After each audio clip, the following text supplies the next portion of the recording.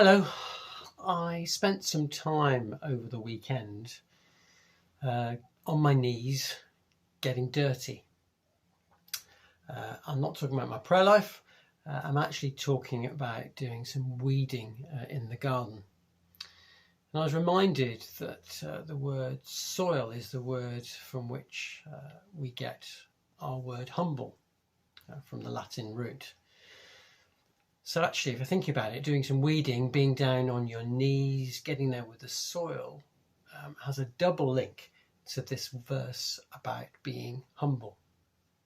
Many of us have moaned over the last day or so about confusing government advice as we've scratched our heads trying to work out what on earth they're telling us to do. So I think some of the moaning is with a degree of justification.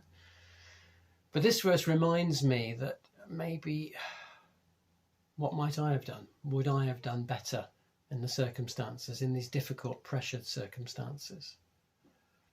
A reminder to remain humble, not necessarily to think I could do better. Hopefully these verses are also a reminder to leaders to humble themselves, recognising that we're fighting against an enemy that we just don't know what to do.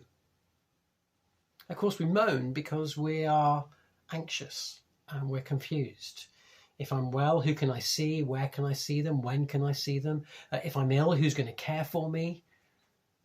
This verse tells us that God will care for us, but quite how and what that will look like, we can't be too sure.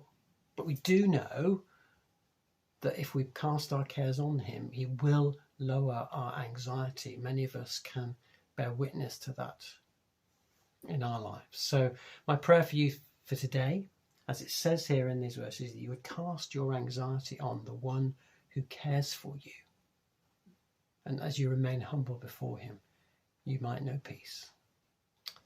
I bless you, and may you know God's blessing today and always.